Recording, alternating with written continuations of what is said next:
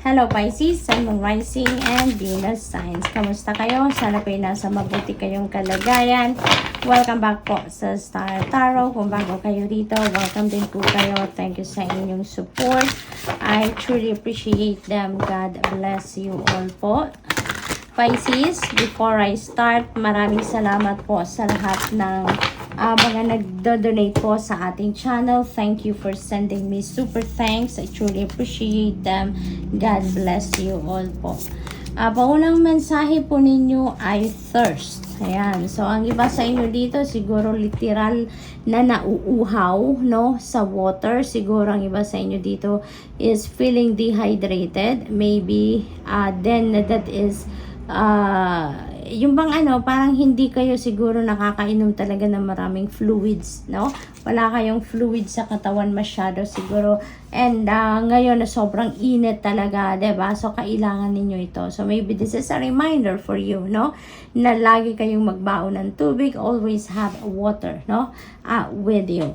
Posible din na this is thirst for something, thirst for success, thirst for spiritual needs, no? Depende sa inyong sitwasyon.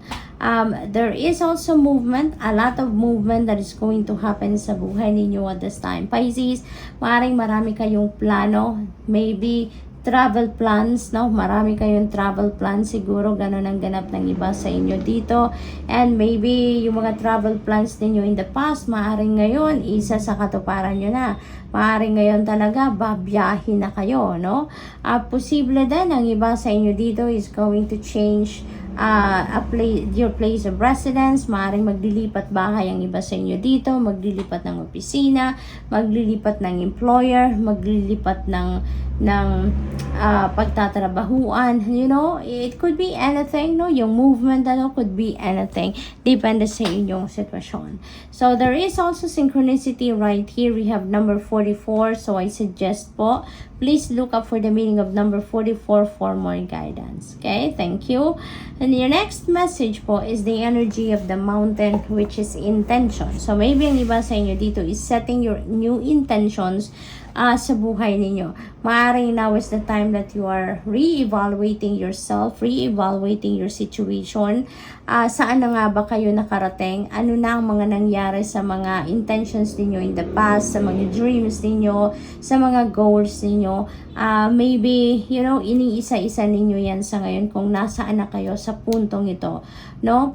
Kaya siguro ang iba sa inyo is setting your new intentions sa ngayon because maybe may mga na-achieve na kayo, may na-accomplish na kayo, kaya you are heading towards a new one, no?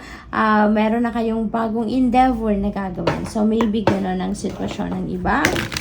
What else for Pisces? We have epidote, go deeper. Ayan, go deeper into the root, no, ng inyong sitwasyon.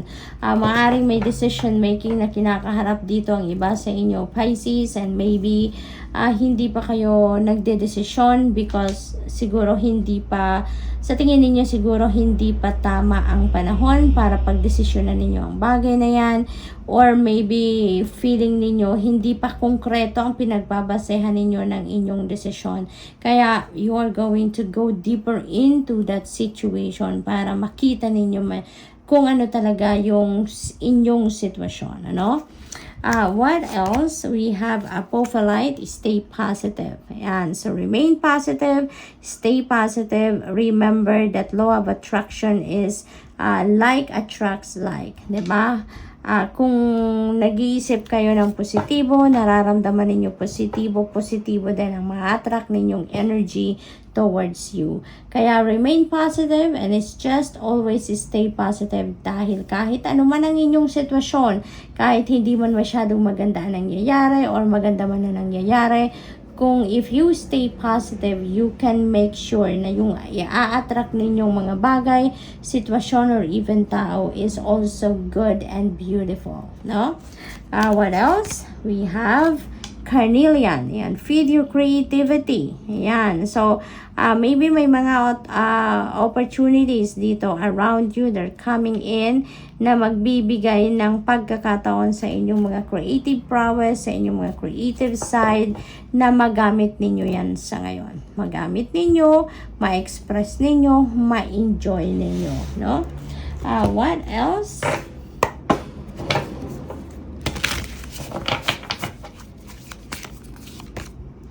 Strength, ayan, this could be inner strength na kailangan ninyo ditong buhayin, kailangan ninyong i-activate sa sarili ninyo para kahit ano man ang ganap sa buhay ninyo, makayanan ninyong harapin, masolusyonan ang mga problema na smooth lang ang dating, no? Walang problema, wala nang extrang complications pa, no? When you have that inner strength, makakayanan ninyo ang lahat kahit gaano man kalalim na problema yan.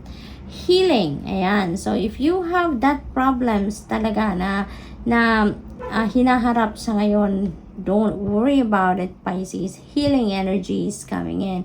Kung ano yan, yung problema ninyong pinagdadaanan sa ngayon, kung meron man, that will be healed. Breakthrough is at hand. Dadating at dadating ang solusyon at makakaahon kayo sa problema na yan. Okay? This could also be healing sa physical naman na aspeto ng iba sa inyo, Pisces. Kung ang iba sa inyo dito siguro may dinaramdam sa katawan, it feels like, no, with the strength energy, then this could also resonate with physical strength. So maybe healing energy, healing powers ng divine universe is coming through you at maaaring pagalingin na kayo, magsimula na kayong ramdam ng pagaling, pagbuti ng iyong nararamdaman, pagbalik ng iyong vitality, pagbalik ng iyong physical strength, no? So, good luck to that, Pisces. We have happiness. Finally, magiging happy na kayo. Mababalot na kayo ng iba yung saya. This is very optimistic energy. Napakaganda, napaka-lively, no, ng vibe ni Bluebird Spirit dito. Kaya ang swerte-swerte ninyo dahil at the end of the day, you know, you are going to see the light at the end of the tunnel and you will be happy. There will be solution to problems, diba? At magiging masaya na kayo. So, good luck po, and that's all I have for you for the month. Thank you for watching. Love and light. Namaste.